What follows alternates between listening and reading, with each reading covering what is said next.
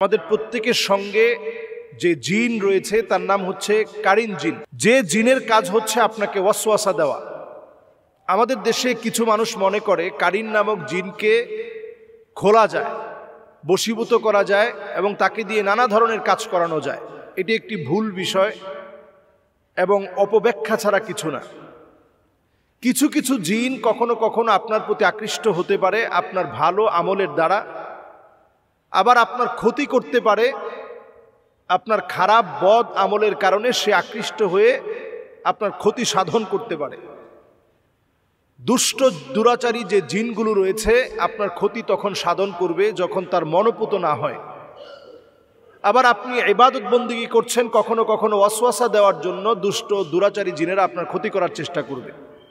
প্রতিনিয়ত আপনাকে ওয়াসওয়াসার মধ্যে ফেলে দেওয়ার জন্য কারিন নামক জিন রয়েছে, সে প্রতিনিয়ত আপনাকে ওয়াসওয়াসার মধ্যে ফেলবে। তাহলে কারিন জিন এটাকে বশীভূত করার কোনো সিস্টেম পদ্ধতি নেই।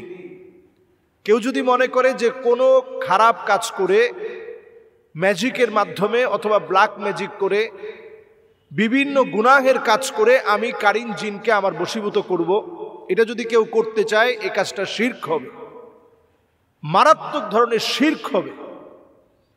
এই কারিন জিনকে মানুষ বশীভূত করতে চায় এই জন্যে যে এই জিনকে দিয়ে আমি আমার কার্য সাধ্য করব, বিভিন্ন কাজকর্ম করিয়ে নিব।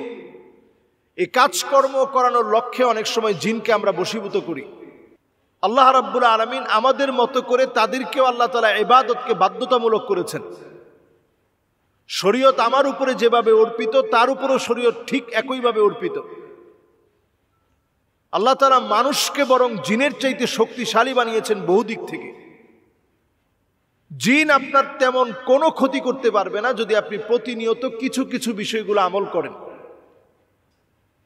যদি আপনি প্রতিনিয়ত আয়াতুল কুরসি পড়েন, সূরা ইখলাস, সূরা ফালাক, সূরা নাস পড়েন, সূরা জিন যদি আপনি তেলাওয়াত করেন, ঘুমানোর আগে যদি সূরা জিন 3 বার তেলাওয়াত করেন, ফজরের পরে যদি আপনি 3 বার তেলাওয়াত করেন, কিছুদিনের ভিতরেই জিন আপনাকে ভয় পাবে। তাদেরকে বশীভূত করা লাগবে না।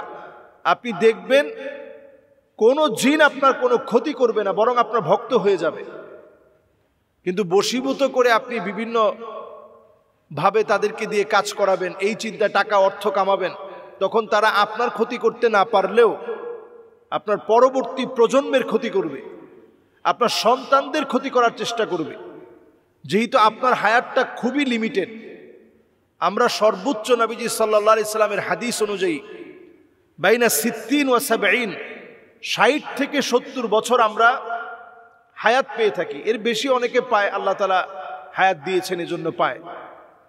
নরমালি আমরা 60 থেকে 70 আমাদের নবী সাল্লাল্লাহু আলাইহি সাল্লামের উম্মতদের গড় আয়ু। স্বাভাবিকভাবে আমরা 60-70 বছর বাঁচি।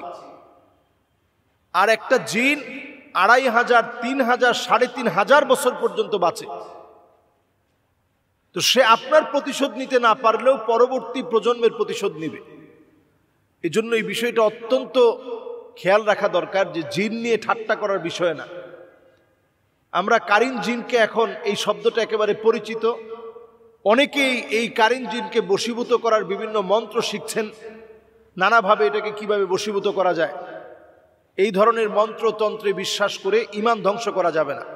নবী সাল্লাল্লাহু আলাইহি সাল্লাম বলছেন, মান আতা কাহিনান আও আররাফান ফাসাদ্দাকাহু বিমা ইয়াকুল ফাকাদ কাফারা বিমা উনজিলা আলা মুহাম্মদ সাল্লাল্লাহু আলাইহি সাল্লাম। কেউ যদি এই জাতীয় কর্মকাণ্ড করে, বিভিন্ন জিনকে বশীভূতকরণ অথবা এই ধরনের গণকদের কথাবার্তা এগুলো যদি বিশ্বাস করে, ফাকাদ কাফারা বিমা উনজিলা আলা মুহাম্মদ সাল্লাল্লাহু আলাইহি সাল্লাম, নবীজি সাল্লাল্লাহু আলাইহি সাল্লামের উপরে যা অবতীর্ণ হয়েছে সে কেমন যেন এটাকে পুরা অস্বীকার করলো। কাজেই এই জাতীয় কর্মকাণ্ড পুরোপুরি আমাদের মন থেকে বাদ দিতে হবে। এবং জিনরা কোনোভাবেই আমার চাইতে শক্তিশালী না। একটা আয়াত আপনি মুখস্থ করে নেবেন, ওয়াল্লাহু খায়রুন হাফিযান ওয়া হুয়া আরহামুর রাহিমিন। এই আয়াতে কারিমাটা প্রতিনিয়ত পড়েন, ইনশাআল্লাহ কোনো জিন আপনার চাইতে শক্তিশালী হতে পারবে না। বশীভূত করা লাগবে না, এমনি তারা আপনার ভক্ত হয়ে যাবে। আপনার দ্বারে কাছে তারা ঘেঁষতে পারবে না। ক্ষতি করা তো অনেক দূরের বিষয়। এজন্য আমরা আমল করার চেষ্টা করব। প্রতিনিয়ত নিজেদেরকে আমল দিয়ে আমরা সাজিয়ে রাখার চেষ্টা করব।